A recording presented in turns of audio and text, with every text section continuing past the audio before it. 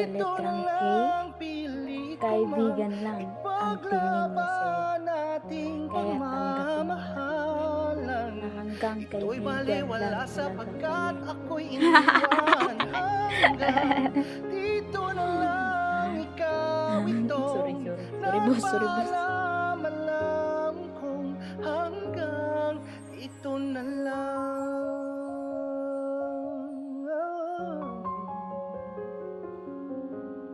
Sabi mo sa akin ako'y iyong mahal, ako'y hindi iiwan, magsasama